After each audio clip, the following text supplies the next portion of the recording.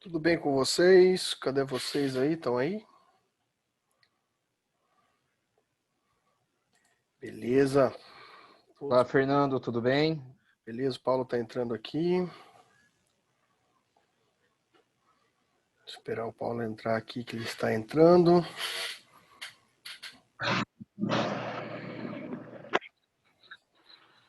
Rodolfo também está entrando agora aqui. Boa noite a todos. Boa noite, doutor Paulo Roberto. Tudo bem? Tudo bem? Beleza. Deixa o Rodolfo que está entrando aqui agora também.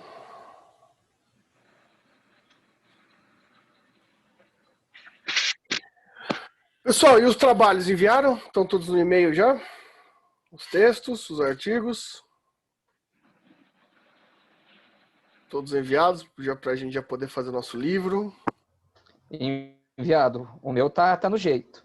Só que aquilo que você pediu, Fernando, 15 páginas só, dava para ter trabalhado umas 40, 50. Não, mas daí a gente não. Daí o professor Amaury Filho ia falar pra gente: o que você tá querendo? Que a faculdade pague um fascículo de livro? Não.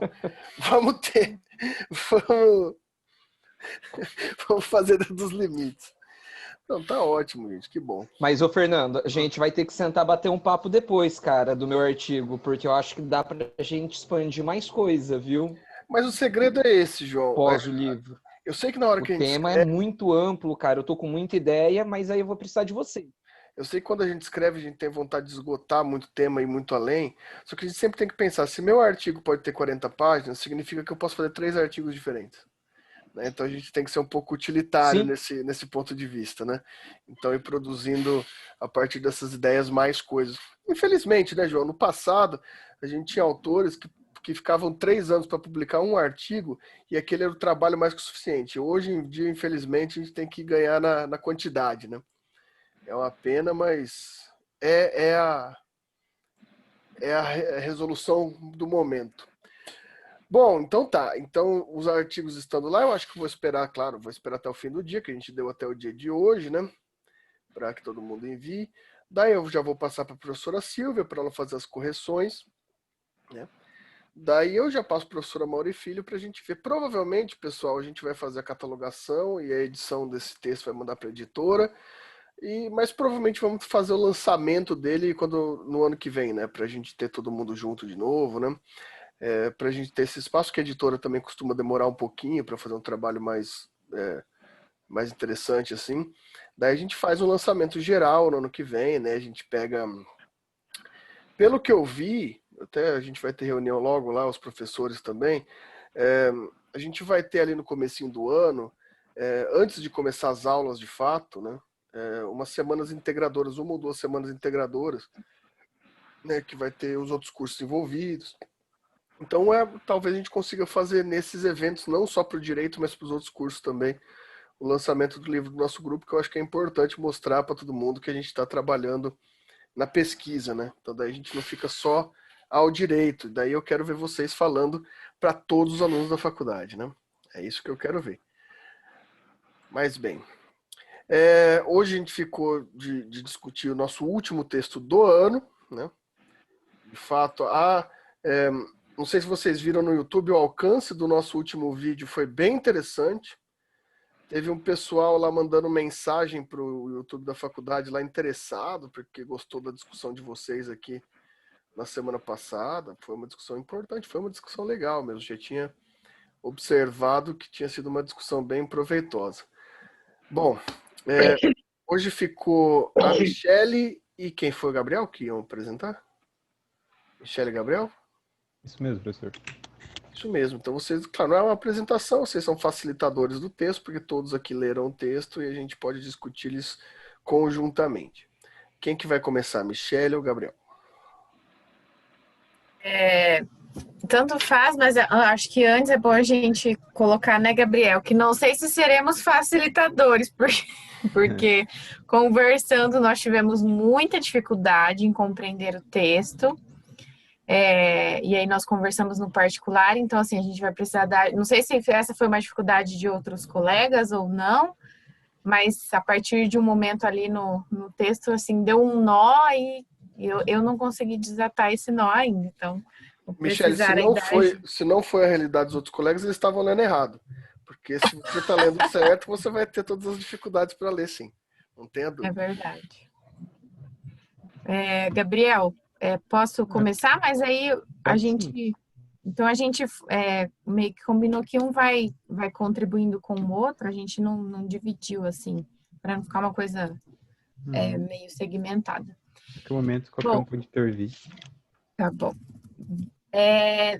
No primeiro momento, eu achei esse texto assim bem interessante, né? Depois vieram essas dificuldades, mas aí tem várias reflexões, né, que o autor traz. E nesse sentido, ele tenta, né, diferenciar e distinguir ali a conexão existente entre direito e teoria do direito, né, que ficaria de um lado, que ele aponta bem no início do texto, e teoria moral e política, que estaria de outro lado.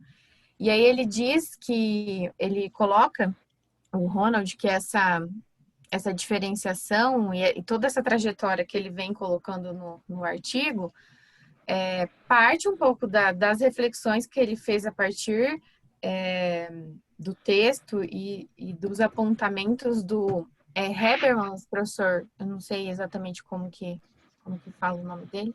Sim, eu pronuncio assim também. E aí, mas que ele diz que ele vai trazer um apontamento um pouquinho diferente sobre esses conceitos. E aí, então, ele começa a apontar essa ideia, né, do constitucionalismo. E ele coloca que esse constitucionalismo, a partir do apontamento dele, ele teria uma diferenciação, né, que estabeleceria direitos políticos, que estariam de um lado, estariam mais relacionados aos direitos que aqueles que são eleitos, eles devem exercer, né? Porque, assim, na verdade, o que eu entendi, mais ou menos, que esse constitucionalismo, ele diz respeito a um sistema que estabelece direitos jurídicos individuais, mas que o legislador, ele não pode anular ou invalidar determinar esses componentes, porque são direitos jurídicos. Mas aí, dentre esses direitos, não sei se o Gabriel quer colocar alguma coisa sobre isso, Gabriel. Não, é bem isso. Ele coloca que o constitucionalismo é um fenômeno e que ele se repete em várias nações do mundo, né? Ele fala que isso tende a acontecer cada vez mais e que é bem isso que a Michele falou. O constitucionalismo são regras que não podem ser mudadas, né? As cláusulas pétreas e tal. No começo, ele só está falando isso por enquanto. E acho que depois ele começa a passar do questionamento se a existência dessas cláusulas imutáveis, se ela vai subverter a democracia. Porque se existe a vontade de uma coletividade, né, e essa vontade vai na contramão do que aquilo que a Constituição está, então você vai ter um impedimento na concretização da democracia. Ele também, em seguida, ele começa a falar da democracia, distinguir a democracia, que ela não é a regra da maioria, e que essa maioria tem que ser legitimada. Nesse ponto, não sei se a Michele quer também... Não, é exatamente isso. Eu acho interessante que esse apontamento que ele faz sobre essa objeção que existe contra o constitucionalismo, uma vez que o legislador ele não pode mexer, né? Que seriam questões imutáveis. Então, existe essa reflexão, e aí eu me perdi um pouquinho nesse apontamento dele, porque uma vez que ele fala que isso seria ilusório. E aí ele fala que a gente deve começar a pensar numa distinção entre democracia e regra de maioria. Foi aí que eu comecei a me perder um pouquinho. Porque justamente como o Gabriel apontou, ele fala que essa democracia, ela é a questão sobre a regra da maioria legítima, né? E o significado disso, que não constitui uma democracia a menos que condições posteriores sejam satisfatórias dessa maioria legítima. Não sei se os professores querem fazer algum apontamento sobre essa questão. Ficou um pouco confuso, assim, para mim, ou se os colegas entenderam de outra forma. Se os colegas quiserem fazer primeiro alguma colocação, fiquem à vontade.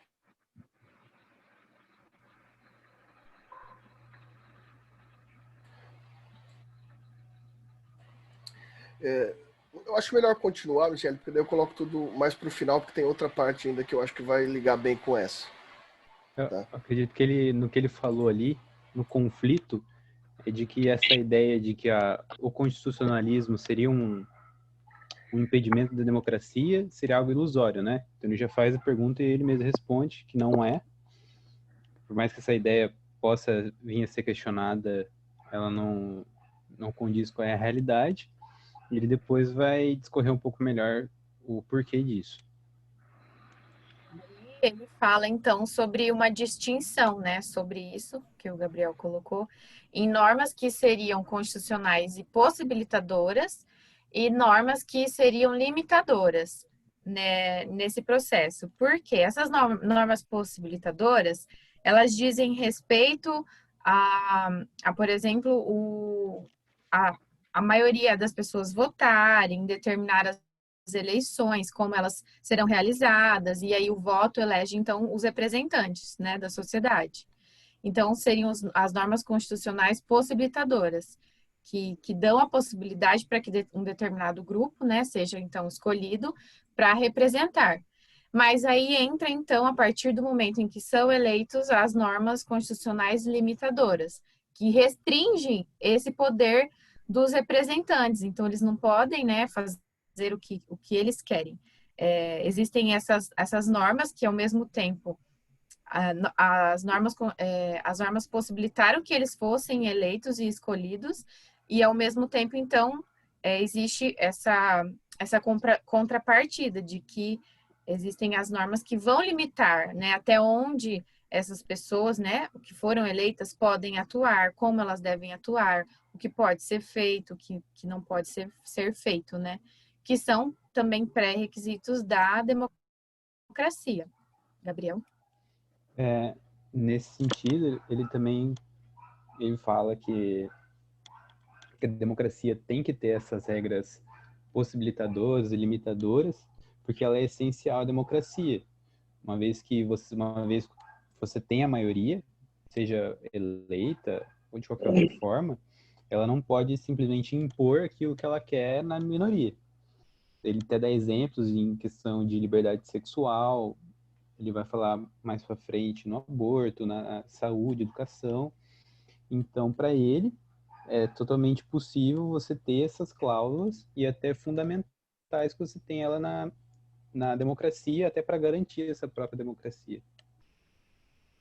Aí, em seguida, ele passa a pensar sobre conceitos de ação coletiva. Antes de entrar nas ações coletivas, então, Gabriel, eu só vou fazer o comentário aqui da confusão que sempre que gera essas falas do Dworkin, que a Michele sentiu, você também sentiu, acho que os colegas também. É aqui que a gente tem que repousar e fazer análise do que significa um autor norte-americano falando de democracia. Então, o primeiro ponto que a gente tem que observar aqui é que o que somos nós dentro da teoria democrática? Nós somos tudo menos reflexo das condições de common law, né? Nós somos democracias muito fundadas em estruturas principalmente das francesas e das portuguesas, né? Italianas, muito, muito bem colocadas, em que a democracia ela se forma por um arcabouço legal, né? Então, essa primeira estrutura do que poderia ser descrito como uma confusão, um conflito, que ele vai questionar, inclusive, como uma possibilidade de um conflito, né, que pode gerar um engano, uma ilusão sobre esse conflito, ele está determinado justamente na discordância norte-americana em que qualquer conceito democrático implica em conflito. Como a gente estudou no passado, o Alex, que é um autor antipodal do Dworkin aqui, que admite conflitos normativos, que admite conflitos principiológicos, que entende que a principiologia do constitucionalismo pode vir, no caso concreto, atingir uma função conflituosa entre si. O que o Dworkin coloca para a gente é que, em sentido democrático, não há a possibilidade de haver um conflito, justamente porque a democracia ela não é formada pelo princípio majoritário, mas sim ela é formada por um princípio de majoritarismo legitimado, ou seja, é uma categoria de cidadania, e que essa categoria de cidadania não pressupõe necessariamente um ato contrário à própria democracia. Ou seja, as categorias limitadoras da democracia, elas são justamente as categorias que a gente vai ter que entender por uma visão do que o direito norte-americano chama de tradição jurídica. Ou seja, existe uma história posta, existe uma história jurídica democrática construída que ela é imutável pela sua construção. E talvez essa seja a nossa maior dificuldade de entender. Quando a gente fala em tradição jurídica no Brasil, ou em país de tradição de civil law, normalmente a gente pensa em tradições mais conservadoras do ponto de vista da teologia política e etc. Não é o caso do direito norte-americano.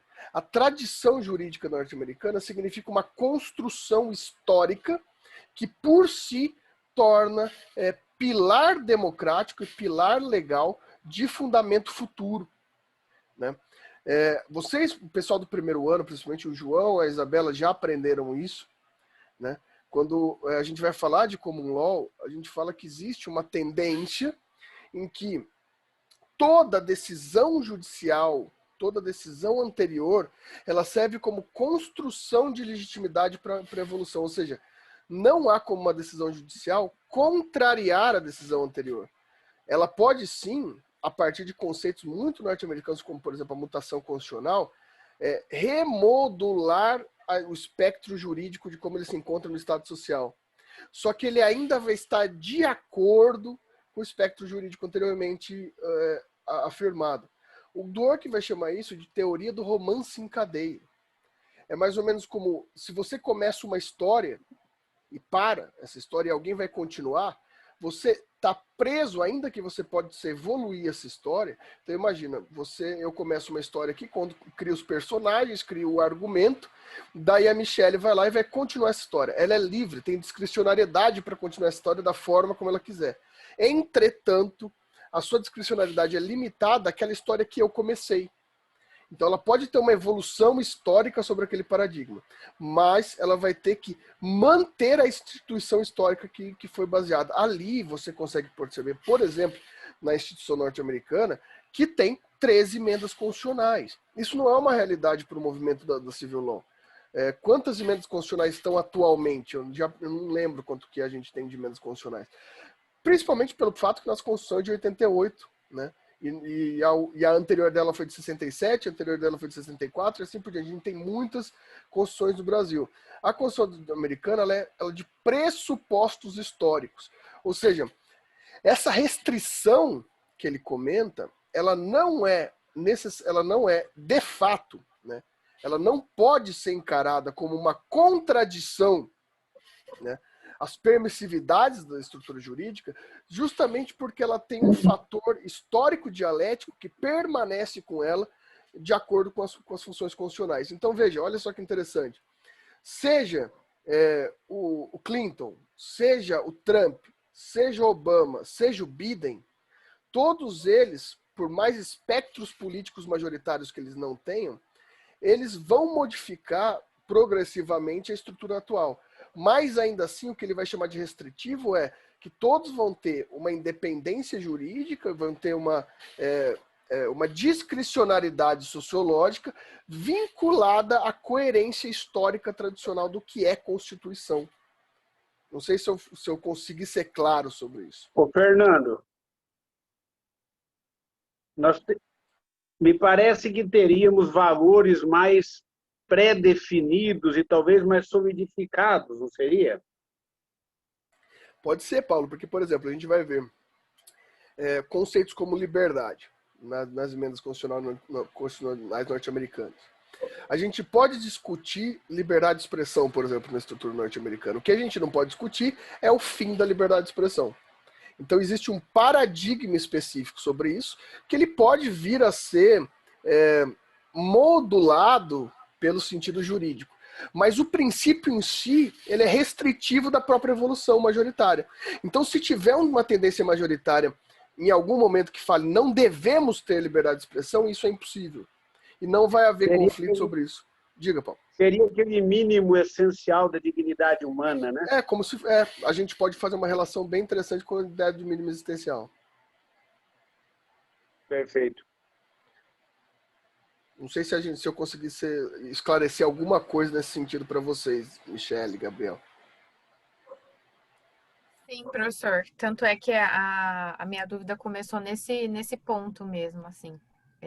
E aí agora já esclareceu bastante. Mas aí eu fiquei, assim, não a partir do segundo item, um pouco mais para o final, eu comecei a pensar, e onde que fica então a questão do ativismo? Já puxando aí a sardinha pro meu lado, pro da Renata. O ativismo não seria nem sequer possível no modelo norte-americano. Aí isso eu fiquei pensando. Porque o modelo norte-americano, o juiz ele está adstrito, ele está vinculado àquilo que eles vão chamar de precedentes judiciais. Então, por exemplo, se o juiz quiser tomar uma decisão como a gente conhece, por exemplo, no ativismo judicial, não é que ele não pode, mas ele vai ter que ter um fator técnico chamado overruling, ou superação da regra. Ele vai ter que ter uma prova existencial, de fato, de que aquele argumento supera em todos os pontos o argumento anterior. E superar em todos os pontos é quase como uma cláusula de barreira intransponível no overruling. É muito difícil que você supere todos os fatores possíveis. E para que ele faça um overruling, tenha uma capacidade de overruling, isso vai ter que ter uma função constitucional também, então vai ter que ir para a Suprema Corte. Então, o ativismo ele é quase irreal do ponto de vista norte-americano, porque o juiz norte-americano, primeiro, o juiz norte-americano não é um juiz concursado, é um juiz eleito com cargo por tempo determinado. Ele não tem as mesmas liberdades decisionais que um juiz tem no nosso modelo. Um juiz de carreira tem no nosso modelo. Então, por exemplo, você vai ter juiz só de aplicação de multa. Você vai ter juízes nos Estados Unidos, a maior parte dos juízes do que a gente chamaria de primeira instância, não são eles que decidem.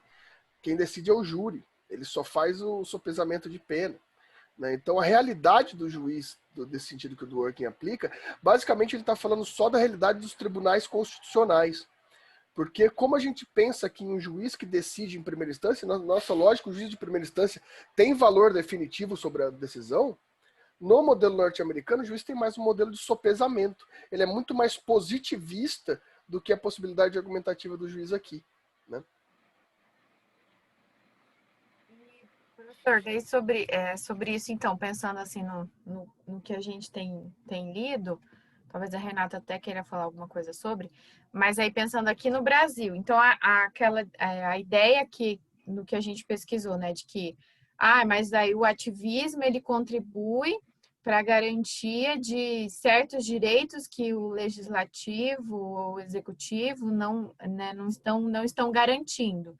Então, daí o judiciário entra e ele vai, aí por meio do ativismo, existe muito essa justificativa de que vai garantir aquilo que os outros poderes não estão fazendo. Então, o judiciário é que vai ser responsável por isso.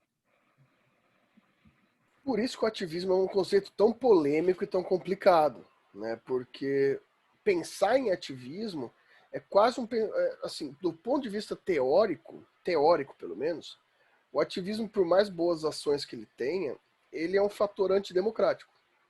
Né?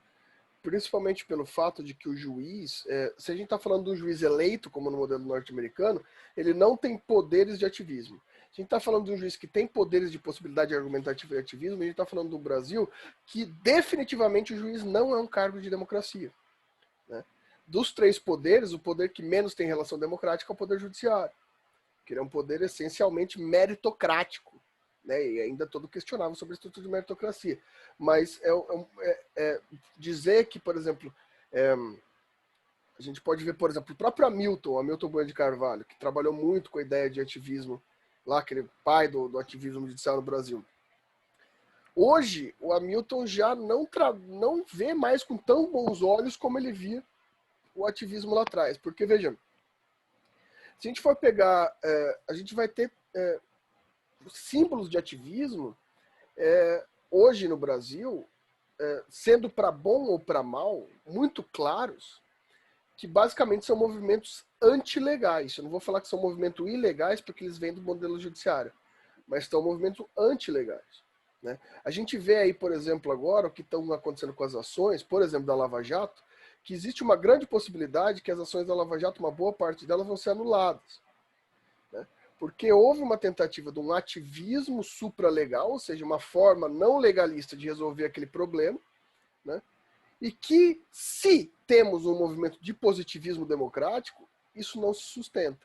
Então, se for para mal ou se for para bem, o resultado final ainda vai ser uma inutilidade desse processo. Né? Por quê? E daí vamos pensar, por exemplo, num ativismo judicial, por exemplo, que teve lá no interior de São Paulo, que admitiu uma família, uma família, como que chama? Quando tem mais de um marido, mais de uma mulher, mais de várias pessoas envolvidas naquela relação. Poligâmica, extensa. Poligâmica. Né? Teve lá, foi em Tupã, no interior de São Paulo, que um juiz aceitou e registrou o casamento poligâmico. Né? Bom, isso daí pode ter um sentido social, foi uma necessidade social, etc. A discussão não é essa. A discussão seria a qual? Qual é a legitimidade que tudo que o direito constitucional procura, o constitucionalismo procura a legitimidade do direito, qual a legitimidade democrática de um juiz atribuir essa decisão, boa ou má?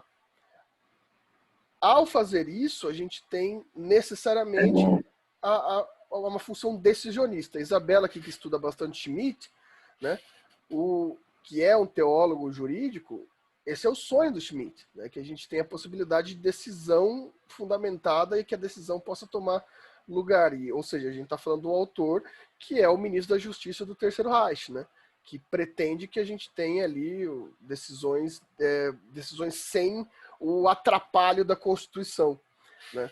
Então, de fato, o ativismo sempre vai cair. E por uma visão durkheimiana, então, o ativismo é quase como uma aberração judicial. É como se a gente estivesse falando que a estrutura social vai ser definida por uma cabeça de uma pessoa numa realidade X. Né? E, de fato, é isso que acontece, o que pode vir a acontecer. Muitas vezes pode ter questões positivas sobre isso, mas do ponto de vista constitucional é extremamente arriscado, e mesmo que sejam positivas, do ponto de vista constitucional é sempre negativo. E, o Fernando, como foi bem pontuado, aquela decisão que por vezes parece acertada inicialmente e que é aplaudida pela sociedade, pela comunidade jurídica até um certo ponto, em determinados momentos, vai dando espaço, vai criando força para futuras decisões que amanhã não serão tão bem recepcionadas. Né? Então, a partir do momento em que vamos ampliando as condições de decisão sem o verdadeiro balizamento legal, nós vamos incorrendo em alguns riscos, né? Daí, daqui a pouco, nós temos uma decisão dessa natureza. Mas, se voltarmos um pouco, a coisa já vem acontecendo bem antes. E ali achou-se interessante, né? Para a Michele e para a Renata, que vem estudando o ativismo, vocês vão ter que cair nessa discussão em algum momento, né? Vocês podem, até como eu falei, a Isabela estuda bastante Schmitt, vocês vão ter que entrar no conflito do que se chama, dentro da teoria constitucional, de decisionismo, que basicamente é a ideia de democracia tem a dissubjetivação da norma, né? Então você tem a função não subjetiva, a despersonalização da norma, e quando o decisionismo tem a personalização da norma. Então alguém decide. Né, tem a legitimidade da decisão, a decisão ex nihilo, vários conceitos. Eu fico até constrangido de fazer isso, mas a minha dissertação de mestrado fala exatamente sobre isso, sobre a função Kelsen-Schmidt. Daí vai ser publicado em livro recentemente, daí eu não vou fazer vocês comprarem, se vocês quiserem eu dou um exemplar, né? Mas... Professor, Pois não. desculpa, só uma dúvida que eu fiquei aqui agora. A gente estava falando do ativismo, né? E aí você falou que nos Estados Unidos é muito difícil dele acontecer, né? Dele se efetuar. Só que pensando no histórico do ativismo, ele surgiu nos Estados Unidos. Até que o Barroso fala, né? Dos fatos.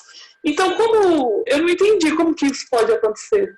É interessante esse levantamento, porque a teoria por trás do ativismo, ela se baseia nessa estrutura norte-americana, que é a própria decisão do common law, da decisão common law. Ou seja, que é a forma como vai estar no próprio Dworkin, um dos autores que vão fundamentar os primeiros ativistas, sobre a ideia de discricionariedade da necessidade social, né? Você tem a ideia da discricionariedade, da possibilidade discricionária. E é aí que está nosso conflito aqui sobre estudar Dworkin. A discricionariedade nos Estados Unidos ela é muito mais ampla. A Suprema Corte, por exemplo, os tribunais estaduais, eles podem decidir o que eles quiserem. Então, por daí que vem a questão de acompanhar o tempo do sistema do ativismo.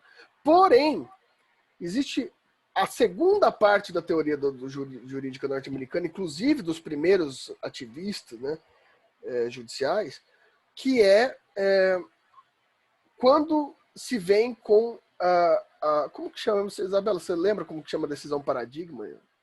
Os caras lá stare decisions, né? Que é a definição de stare decisions. Ou seja, que é essa liberdade de fundamentação, que é a ideia de que qualquer decisão ela pode ser fundamentada desde que ela tenha como referência uma stare decision, ou seja, uma decisão paradigma. E essa decisão paradigma ela deve ser enfrentada. Então, basicamente, o que eles estão falando? O Tribunal Constitucional, de fato, ele pode agir com discricionariedade. Isso fica claro nos Estados Unidos, por exemplo, nos tribunais estaduais, como, por exemplo, aqueles que já fizeram a legalização recreativa de cannabis, legalização e descriminalização de aborto, né? Alguns estados terem, outros não, casamento homoafetivo, e assim por diante. A grande questão é que todas essas decisões elas não são ativistas do modo como a gente leva. Por exemplo, o juiz decide sobre essa decisão. Essa é uma decisão colegiada que ela não decide sobre o fato. Isso seria até interessante para vocês verem, pegarem essas decisões paradigmas dos Estados Unidos e fazerem uns artigos analisando elas. Porque quando vocês forem ver, por exemplo, a decisão famosa sobre o casamento de pessoas do mesmo sexo nos Estados Unidos. A maior parte da discussão não é sobre isso, da discussão jurídica.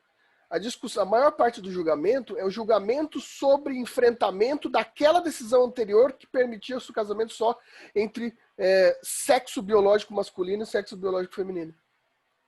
Então, quase todo o julgamento ele é enfrentamento do interior. Para depois de enfrentado, daí aquele termo que a gente usou, overruling, de a possibilidade de superação, você ter capacidade discricionária de modificar a tradição.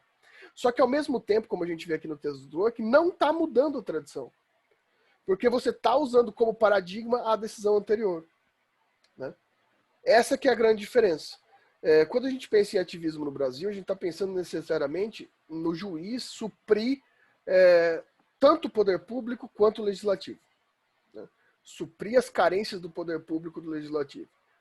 Isso vai fazer muito pouco sentido para um pensamento norte-americano. Você falar que, por exemplo, uma decisão judicial vai garantir um remédio no SUS. Primeiro que eles não têm SUS, né? Mas mesmo assim, vai ser muito difícil para o cara entender que uma decisão judicial vai dar algo que não está previsto em lei. Mas está. Que vai ficar mais estranho para o cara ainda. Como em princípio está, em realidade não. A discussão para o cara vai ser, não, a gente pode mudar, mas a gente vai ter que pegar uma decisão paradigma e enfrentar a decisão paradigma. O resultado, porque daí que é a questão mais legal deles. Quando a gente pensa em jurisprudência, não sei se vocês aí no primeiro ano já estão tendo contato com jurisprudência, alguma coisa assim, como que funciona a nossa jurisprudência? A jurisprudência, quando a gente pega a ementa dela, ela é basicamente o resultado, né? o que vocês vão lá? Ah, provido, não sei o quê, qual é o caso? Quando a gente vai pensar em precedente judicial no modelo norte-americano, o resultado pouco importa. Essa é a grande diferença. O resultado ele não faz diferença. Quando você vai ler um precedente, dentro do precedente que você vai ler, eles vão chamar de ratio decidendi, ou seja, razão da decisão. A razão da decisão não tem o resultado. Por exemplo, na decisão sobre união de pessoas do mesmo sexo ou de qualquer que seja o gênero. A ratio decidendi não fala sobre isso, porque o resultado pouco importa. Ela fala sobre o porquê que os termos legais, que as formas legais entre sexo biológico não se aplicam à hermenêutica exegese do Tribunal Constitucional. Então, o resultado não está presente no precedente. Porque o que está é a tese, é a forma de tese. É aquilo que leva ao resultado. Aquele precedente pode levar a milhares de objetivações. Ou seja, aí que está a grande diferença. O nosso ativismo é um ativismo de resultado. É aquela decisão. O que eles estão pensando é uma tese que fundamentem as decisões.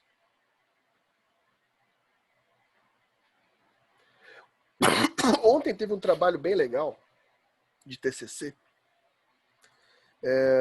da acadêmica Caroline Mossi, que por total coincidência foi me orientando, mas foi total coincidência, não é por isso que eu estou indicando para vocês, que ela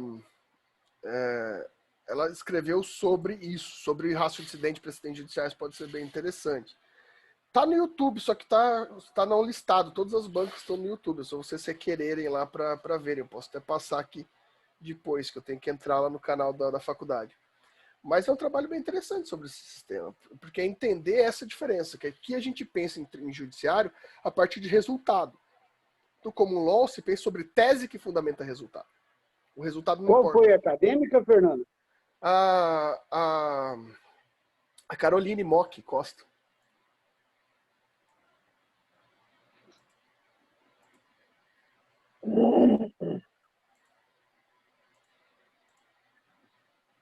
Fiquem à vontade, já falei demais.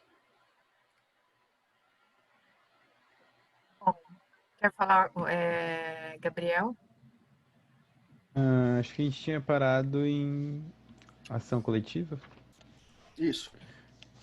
Bom, ação coletiva, ele vai distinguir sobre dois tipos: ação estatística e comunitária. Mais ou menos a estatística, ela vai impor uma função sobre um grupo.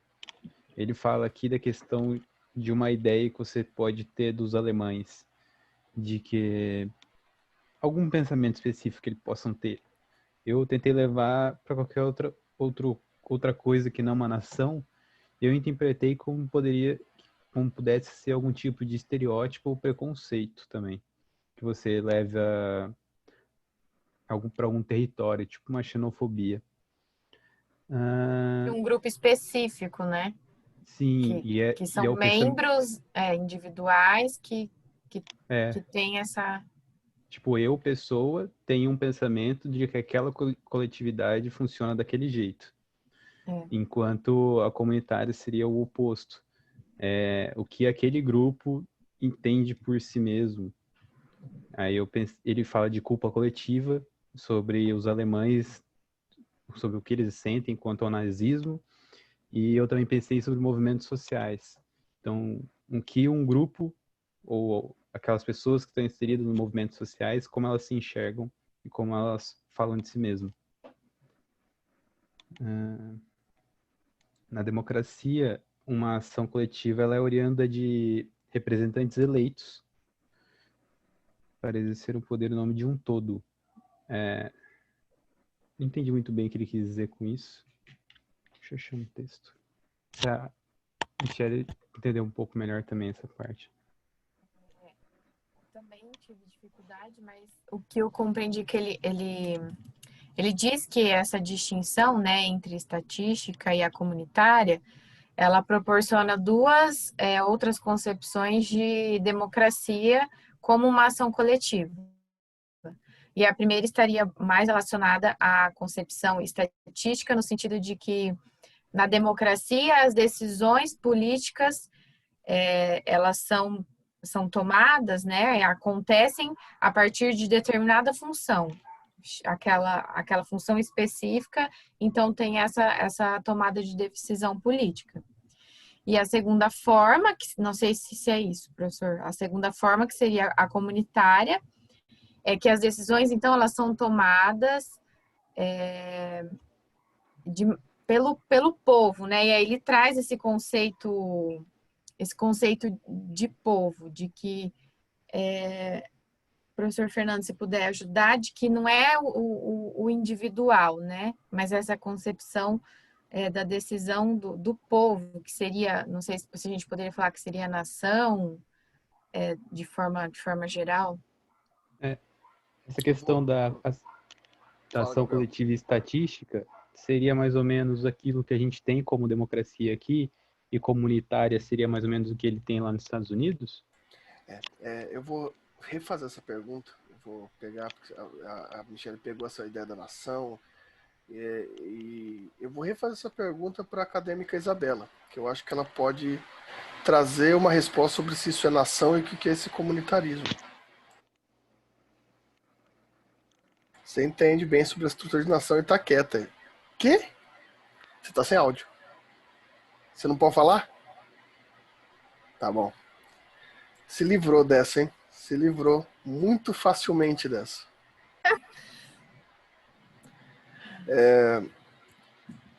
Mas a interpretação de vocês está correta. Mas aí qual que a gente vai entrar numa polêmica, tá? Que a gente vai entrar numa polêmica. Porque o Dworkin, sim, está falando sobre um culturalismo nacional dos Estados Unidos.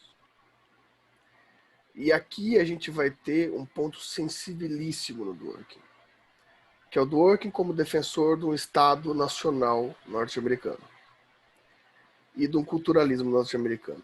E o Estado nacional norte-americano, ele vai pelas beiradas para poder falar disso, mas acaba sendo uma crítica ferrenha a uma espécie de nacionalismo social norte-americano. Você sabe o que significa nacionalismo social, que é uma tendência do fascismo conservador, né?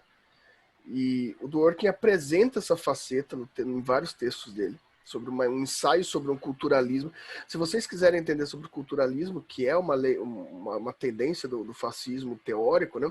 Aqui no Brasil a gente tem um expoente do culturalismo, né? Que é o Miguel Reale, o pai, não o filho, né? Que era um integralista brasileiro. E existe sim essa tendência culturalizada do Dworkin. E aí a gente vai ter um problema, porque a gente vai se questionar a partir disso se a gente pode tratar o Dworkin de fato como um positivista, né? Ou seja, há uma tendência do Dworkin aí a ser um culturalista, um nacionalista ou alguém que pensa sobre um direito não dentro dos padrões constitucionalistas, mas dentro de um padrão de majoritarismo de fato, de realidade social. Claro que ele vai se justificar ainda pela common law, como a gente discutiu, mas há sim essa relação crítica aí nessa parte que vocês estão pegando, que é muito delicada e muito polêmica a se discutir. Se tivesse um Dworkiniano aqui, provavelmente ele estaria me execrando nesse momento, mas é uma leitura possível, sim, do que vocês estão falando. Não sei se alguém discorda aí, mas é isso aí.